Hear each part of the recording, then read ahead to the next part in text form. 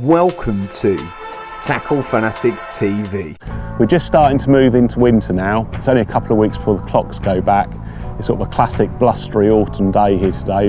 It won't be long before a lot of carp anglers who are going to carry on fishing through the winter months start thinking about their approach, whether it be to carry on introducing a food bait, maybe changing the bait to be more digestive for the winter months, or the sort of classic single hook bait approach with high attract pop-ups, or maybe in high pressure conditions, zigs. But something we're going to look at today that's often overlooked these days is using PVA mesh.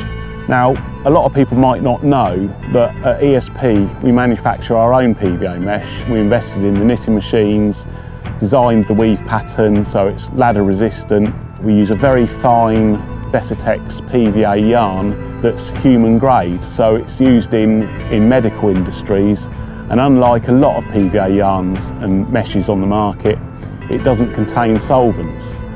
So when it dissolves in the water, there's no chemical leak off that can be unattractive or even, harm the water quality. Whereas a lot of the cheaper PVA meshes on the market from the Far East, they do contain solvents in their manufacture, which are actually sort of quite harmful chemicals, which you don't really want leaching out into the water around your hook bait.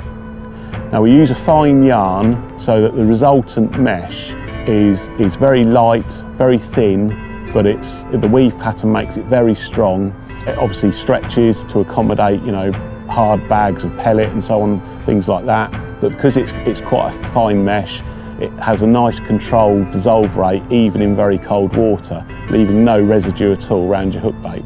The ESP range of PVA mesh comprises 3 kits, a 20, a 25 and a 32mm. The 20 and 25 both come with the compressors, primarily for making dynamite sticks, and the 32mm comes with a funnel to help fill the tube with sort of larger quantities of bait such as maggots, pellets, crushed boilies and so on. And we also do 2 refills, both with 6 meters on a winder, one that fits the 20 and 25mm tubes and another that fits the 32mm tube. There's probably 2 classic winter approaches when it comes to PVA mesh: the high attract dynamite stick or the maggot bag. Now with the high attract dynamite stick, it's a bit like a sort of single hook bait approach. You can cast around maybe to show and fish, or just to sort of areas where you have a hunch and you hope that sort of small package of attractors will just be sort of enough of a mouthful to trigger a bite. Now when making up a stick mix for dynamite sticks, you can sort of use your imagination, whatever you want to put in really, but certainly in the winter you want to steer clear of too much oil. You want sort of highly soluble ingredients, fruity flavours, bird food mixes, nut mixes, that sort of thing, milk proteins that are going to be quite visual in the water, but also dissolve and release attractors fairly quickly. There's so many different attractors you could use, but one thing to sort of be mindful of is not to make up too many sticks in advance. If you make them up in advance, any oil in the mix tends to soaks up into the PVA mesh, and this can stop it from breaking down. I've used the 20mm PVA kit today, which obviously creates nice little dynamite sticks. I've made them about 1 inch long, I suppose, and then I compress them between my fingers to turn them into little sausages, which I thread onto the hook link so that the knots are sort of nowhere near the hook or anything like that. Tighten the knots right down, and with the fineness of the ESP PVA, you create very small knots which obviously still dissolve nicely and don't create any residue. The other classic winter approach for PVA mesh is probably maggots, and sort of the classic Magaliner rig, which became really popular a few years ago. Using the larger 32mm PVA mesh kit, it's easy to fill using the funnel to get a large quantity of maggots in there, and then tie it off at the top and leave a sort of lengthy tag end coming out of an inline lead on the end of a helicopter rig. This is the sort of the classic way of fishing it.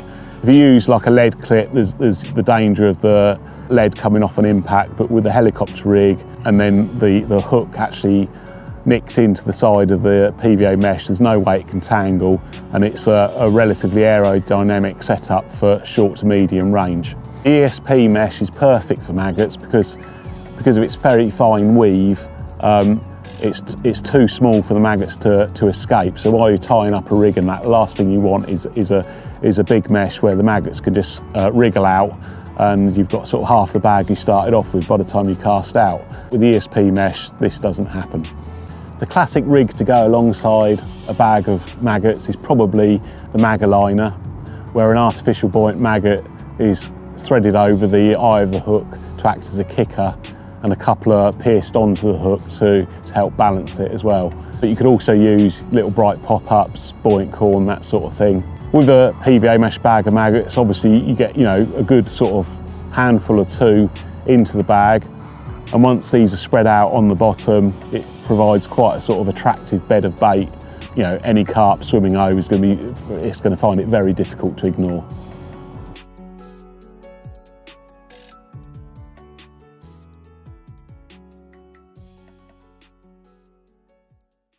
You've been tuned into TFTV.